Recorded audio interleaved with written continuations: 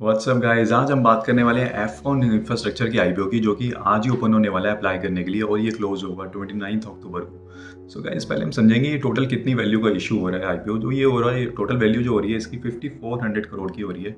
और ये टोटल जो इसके फ्रेश इशू जो शेयर्स मार्केट में आने वाले हैं, जो नए शेयर आने वाले हैं, वो हैं करीब 1250 करोड़। जो एग्जिस्टिंग शेयर होल्डर्स हैं वो लोग अपने शेयर्स बेचेंगे टोटल करीब 4 या 180 करोड़ के। तो इसका मतलब है कि प्रमोटर के पास आएगा करीब 1250 करोड़ और जो बाकी का पैसा है वो आएगा करीब करीब सारा का सारा उनके पास, और एग्जिस्टिंग शेयर होल्डर्स हैं उनके पास।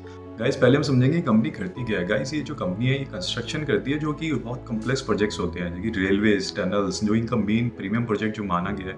मेरे को ये लगता है वैसे अटल सेतु नहीं, अटल टनल माना गया है, हिमाचल में बना है। अटल सेतु तो महाराष्ट्र में, जो अटल टनल बना है उधर हिमाचल में, वो एक प्रीमियम प्रोजेक्ट जो मुझे ऐसा लगता है कि वो जो इनॉग्रेशन भी उनकी मोदी जी ने की थी, तो ये मुझे ऐसा लगता है कि वो एक प्रीमियम प्रोजेक्ट था। और भी आगे आगे हम डिस्कस करेंगे इन्होंने क्या बनाया है।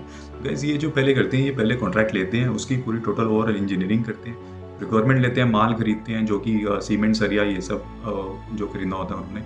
उसके बाद ये लोग उसके बाद कंस्ट्रक्शन करते हैं, ईपीसी बोलते हैं उसको, ईपीसी कंपनी। गाइस, करंटली इनके पास अभी भी 31,000 करोड़ के ऑर्डर्स अभी चल रहे हैं, रनिंग में है। इनके पास अभी ऑर्डर्स चल रहे हैं, टोटल ओवरऑल 12 कंट्रीज में इनके पास ऑर्डर्स हैं। और ये अभी तक ये जो टोटल प्रोजेक्ट्स कर चुके हैं 30 कंट्रीज में एग्जीक्यूट कर चुके हैं। 12 कंट्रीज में तो इनके अभी भी ऑनगोइंग रनिंग है। हम समझेंगे इन्होंने लास्ट में कौन से प्रीमियम प्रोजेक्ट्स करे हैं। जैसे कि एक इन्होंने घाना रेलवे प्रोजेक्ट किया था अफ्रीका में, जो कि लार्जेस्ट रेलवे प्रोजेक्ट था इनका घाना में। और एक सेकेंड प्रोजेक्ट इनका चनाब ब्रिज है इनका, जो tallest single arch railway bridge है, not only in India but in the world में सबसे लॉन्गेस्ट रेलवे ब्रिज इन्होंने की है। और थर्ड वो अटल टनल, जो कि वो तो इनका है ये, जो कि अभी 2020 में इनाग्रेशन भी हुआ था उसका। और गाइस, अब हम देखते हैं कंपनी का डाइवर्सिफिकेशन कौन कौन से सेक्टर्स में है, जो कि ये जहाँ पे ये लोग अपना प्रोजेक्ट्स कंप्लीट करते हैं। ये वैसे देखा जाए तो हमने लास्ट जो भी 3 प्रोजेक्ट्स गिनवाए थे, ये कॉम्प्लेक्स प्रोजेक्ट्स, टफ प्रोजेक्ट्स होते हैं बहुत, जो कि इंजीनियरिंग रिलेटेड होते हैं। ये लोग वो करते हैं, ये लोग नॉर्मल प्रोजेक्ट्स नहीं करते कि भाई एक घर बना दिया या फिर कमर्शियल बिल्डिंग बना दी। ये लोग टफ प्रोजेक्ट्स जो गवर्नमेंट ज़्यादातर जिनका ठेका देती है, वो लोग ये लोग एग्जीक्यूट करते हैं। और जैसे इनके पास जो डाइवर्सिफिकेशन किया हुआ है इन लोगों ने, जो अंडरग्राउंड एंड एलिवेटेड मेट्रो है, वो करीब करीब सबसे ज़्यादा इनके पास 37% है। एलिवेटेड कॉरिडोर एंड ब्रिजेस है वो कि करीब 12%, और hydro and underground project just like Atal tunnel, वो एक 28% ये लोग एग्जीक्यूट करते हैं। सबसे ज़्यादा इनके पास वही प्रोजेक्ट्स हैं। गैस, इन्वेस्ट करने से पहले ये देखना चाहिए इंडस्ट्री जहाँ कर रही है, कितनी ग्रोथ रेट हो रहा है इस इंडस्ट्री का, कितने सेक्टर्स में ये लोग डाइवर्सिफाई कर रहे हैं, क्या क्या हमें आगे फ्यूचर में दिख रहा है कि आगे कंस्ट्रक्शन चलती जाएगी, कितनी तेज़ी पे जाएगी, क्या चल रहा है। तो गैस देखो, ये इंडस्ट्री जो ग्रो हो रही है, एक आरबीआई की रिपोर्ट के अकॉर्डिंग ये 9 से 10% CAGR बढ़ता जा रहा है, इंडस्ट्री बढ़ती जा रही है। और ये जो हाई फैक्टर्स ग्रोथ हैं जो इसको इंक्रीज़ कर रहे हैं, वो है एक अर्बनाइजेशन। जो अर्बनाइजेशन हर जगह बढ़ती जा रही है। गांव जो बहुत ही कोर गांव जिनको कहा करते थे, आज गांव नहीं रहे, वहाँ पे एक अच्छी अर्बनाइजेशन बढ़ती जा रही है। Strong industry, industries, searching power, demand, industrial growth, हर जगह ये लोग हर जगह मतलब गवर्नमेंट जो है हमारी वो फोकस कर रही है।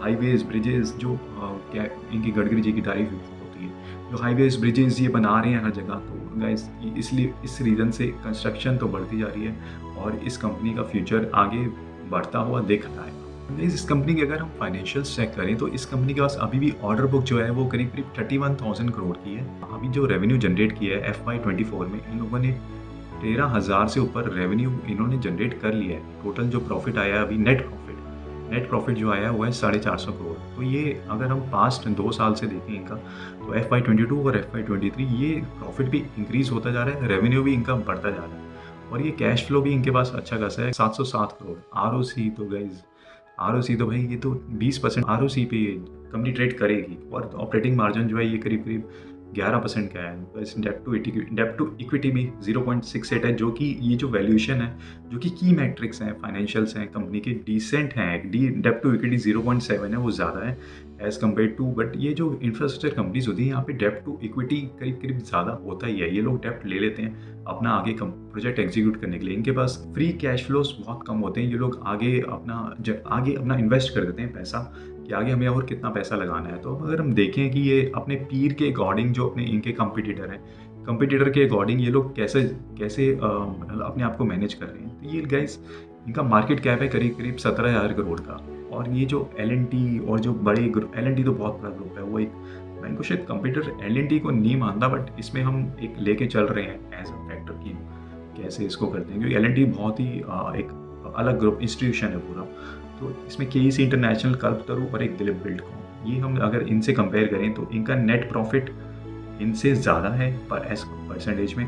रेवेन्यू ग्रोथ इनकी एवरेज है, एंड प्लस इनकी जो आरओसी है वो सबसे ज़्यादा आरओसी इसी कंपनी की है as compare to their competitors. तो सबसे इंपॉर्टेंट इनकी पी रेशो और पीवी रेशो भी अगर हम देखें तो पी रेशो इनकी सबसे ज़्यादा है और as compare to their competitors, और पीवी रेशो भी इनका ठीक ठीक है, मतलब एवरेज में आता है 4.3। पी रेशो जो 46.5 है ये ज़्यादा है वैसे, मतलब कंपिटिटर के अकॉर्डिंग इनका ज़्यादा है। प्लस इनका कंपनी का ना एक रिस्क फैक्टर भी होता है, जो कि इनका टोटल लिटिगेशन अमाउंट होता है कि कंपनी के ऊपर कितने प्रोसीडिंग्स चल रहे हैं, कंपनी के ऊपर कितने केसेस चल रहे हैं, कोर्ट केसेस चल रहे हैं पैसों को लेके जो इनके इन्होंने देना है आगे लोगों को। तो इनका टोटल लिटिगेशन अमाउंट 6,000 करोड़ से भी ऊपर है, जो कि बहुत ज़्यादा है, जो कि मतलब एक कह सकते हैं कि ये अमाउंट एक अपने आप में एक वरी समय है कि क्या इसको लेके एक वरी कर सकते हैं कि इन्वेस्टर्स की इतना बड़ा अमाउंट कैसे इनकी कोर्ट प्रोसीडिंग्स चल रही हैं, क्या चल रहा है, जो कि 6,000 करोड़ से भी टोटल अमाउंट इनका ऊपर जा रहा है।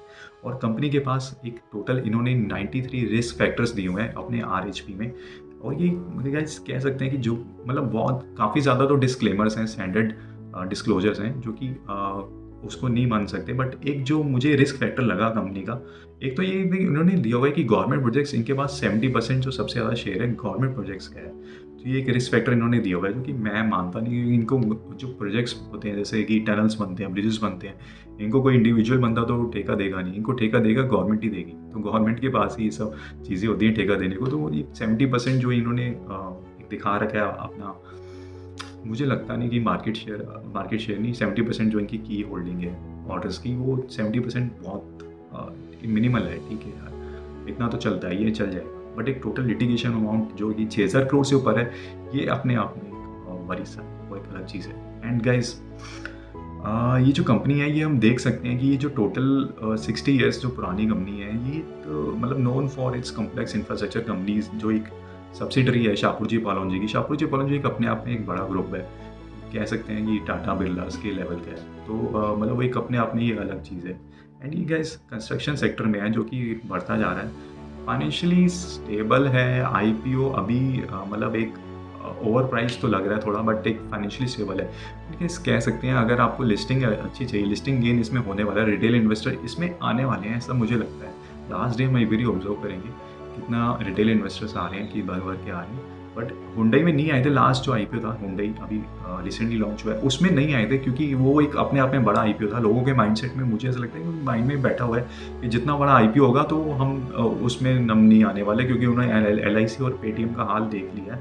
और प्लस हुंडई इतनी प्रॉफिट जनरेट कर रही है कंपनी, बट उसकी वैल्यूएशन भी कुछ हाई थी। शायद लोगों को लगा होगा उन्होंने हम छोड़ो यार, इसमें नहीं आना। पहले भी जो बड़ी बड़े आईपीओज आए हैं उनमें लोगों का जो भी सिचुएशन आई है वो गॉन। तो एक हम देख सकते हैं कि high litigation, contingent liabilities, some risk factors are serious in future.